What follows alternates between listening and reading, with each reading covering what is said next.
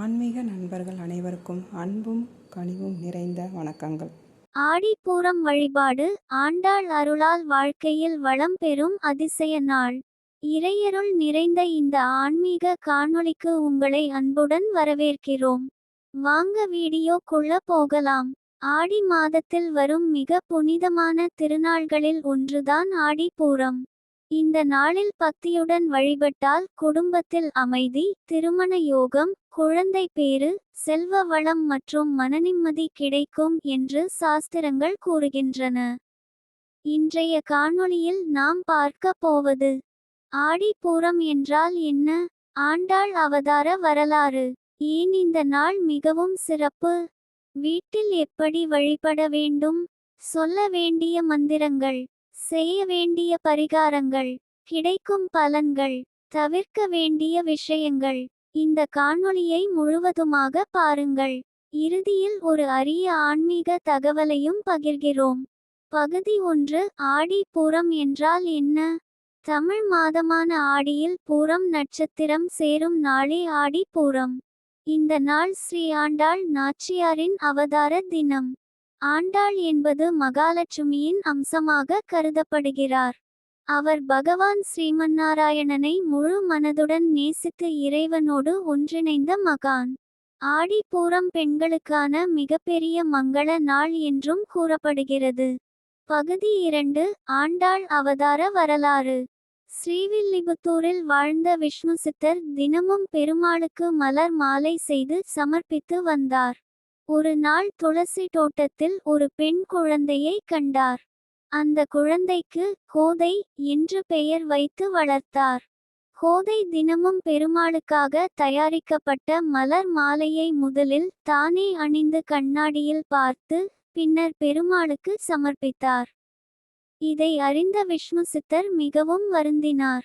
ஆனால் அந்த இரவு பெருமாள் கனவில் தோன்றி, கோதை அணிந்த மாலையே எனக்கு மிகவும் பிடிக்கும் என்று அருளினார். அதன் பிறகு கோதை ஆண்டாள் என்ற பெருமையை பெற்றார். அவர் இயற்றிய திருப்பாவை மற்றும் நாச்சியார் திருமொழி இன்றும் வைணவ சமயத்தின் பொக்கிஷங்களாக போற்றப்படுகின்றன. பகுதி 3. ஆடிப்பூரத்தின் ஆன்மீக முக்கியத்துவம். இந்த நாளில் மகாலட்சுமி அருள் அதிகமாக இருக்கும். திருமண தடைகள் நீங்கும், குழந்தை பேறு கிடைக்கும், குடும்ப ஒற்றுமை வளரும், பெண்களுக்கு மாங்கல்ய பலம் அதிகரிக்கும், வீட்டில் செல்வ வளம் பெருகும், மனக்கவலை குறையும், பக்தி வளர்ச்சி ஏற்படும். பகுதி 4. வீட்டில் எப்படி வழிபட வேண்டும். காலை சீக்கிரம் எழுந்து நீராடுங்கள். வீட்டை சுத்தம் செய்து வாசலில் கோலம் போடுங்கள். பூஜை அறையில் ஆண்டாள் அல்லது மகாலட்சுமி படத்தை வையுங்கள். மல்லிகை, ரோஜா அல்லது துளசி மலர் சமர்ப்பியுங்கள். நெய் தீபம் ஏற்றுங்கள். பழங்கள், பால் பாயாசம், சர்க்கரை பொங்கல் போன்றவற்றை நைவேத்தியமாக படையுங்கள்.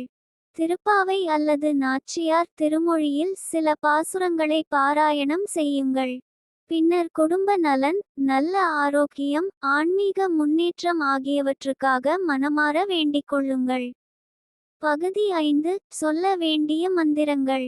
ஓம் ஸ்ரீ ஆண்டாள் நாச்சியாரே நம 108 முறை ஜபிக்கலாம். அல்லது ஓம் நமோ நாராயணாய 108 முறை சொல்லலாம். திருப்பாவையின் முதல் பாசுரத்தையும் பக்தியுடன் பாராயணம் செய்யலாம். பகுதி 6. செய்ய வேண்டிய தானங்கள். ஆடிப்பூரம் அன்று பெண்களுக்கு மஞ்சள், குங்குமம் வழங்கலாம். ஏழைகளுக்கு அன்னதானம் செய்யலாம். குழந்தைகளுக்கு நோட்டு, புத்தகம், பென்சில் வழங்கலாம்.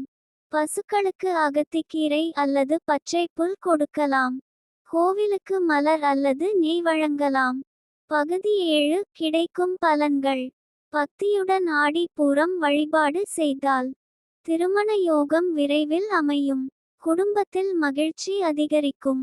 தொழில் மற்றும் வியாபாரத்தில் முன்னேற்றம் கிடைக்கும். மன அமைதி ஏற்படும்.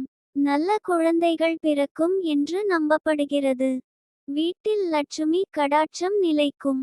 இறை நம்பிக்கை அதிகரிக்கும். இப்போ நம்ம வீடியோ இறுதிக்கு வந்துவிட்டோம். ஆடிப்பூரம் என்பது ஒரு திருநாள் மட்டுமல்ல, பக்தி, அன்பு, தாழ்மை மற்றும் இறைவன் மீது முழு நம்பிக்கை வைப்பதன் மகத்துவத்தை நினைவூட்டும் புனித நாள். இந்த ஆடிப்பூரத்தில் ஆண்டாள் அருளும் ஸ்ரீமன் நாராயணனின் அருளும் உங்கள் குடும்பத்தில் என்றும் நிலைத்திருக்க பிரார்த்திக்கிறோம். இந்த காணொளி உங்களுக்கு பயனுள்ளதாக இருந்தால் லைக் பண்ணுங்கள், ஷேர் பண்ணுங்கள், சேனலை சப்ஸ்கிரைப் பண்ணுங்கள். நன்றி, வணக்கம்.